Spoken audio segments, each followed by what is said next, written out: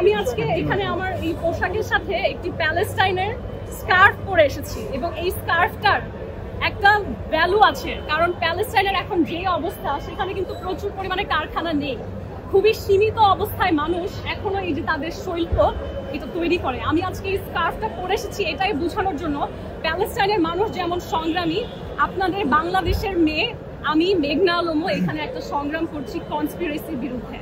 আমার এবং ইসার সম্পর্কে প্যালেস্টাইন রাষ্ট্রদূত একটা সাহায্যের হাত বাড়িয়েছিলেন যে কথা বলে আমাদের কি সমস্যা সেটা সমাধান করা যায় কি। তবে খুবই আফসোসের বিষয়, সমঝোতা হতে হলে দুই পক্ষকে উপস্থিত থাকতে হয়। ইসা সেখানে উপস্থিত থাকেনি, প্যালেস্টাইন রাষ্ট্রদূত এগিয়ে আসার পরেও সে সেখানে থাকেনি, কারণ তার ক্ষমতা সে জাহির করেছে আরো অনেক বেশি।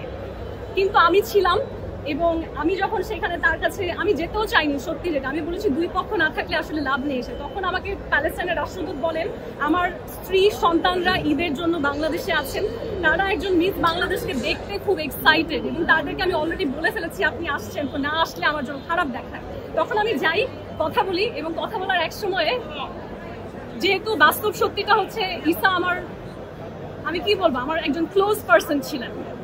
আমি যখন আমার কি সমস্যা তার সাথে শেয়ার করি আমি কেঁদে ফেলি এবং আমার কান্না খুবই কি বলবো যে সেখান থেকে কোনো সলিউশনটা আসেনি, বরঞ্চ সেই অবস্থানটার প্রাইভেসি নষ্ট করে ইসার সৌদি যে বউ আছে তার কাছে জানানো হয় যে আমি কান্না করেছি কথা বলার সময়, এবং তিনি আমাকে বলেন আরো কাঁদো, কিপ ক্রাইং, এবং তিনি আমাকে বলেন আমার স্বামী তার বন্ধুদেরকে বলতে লজ্জা পাবে যে তিনি একজন বাংলাদেশি মেয়েকে ভালোবাসে।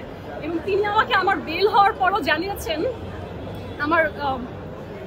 জানিয়েছেন যে আমাকে যদি আদালতের প্রয়োজন না হয় তাহলে তারা তাদের সৌদি বাসায় আমাকে কাজের মেয়ে হিসেবে রাখতে পারে, যেটা বাংলাদেশিরা ডিজার্ভ করে।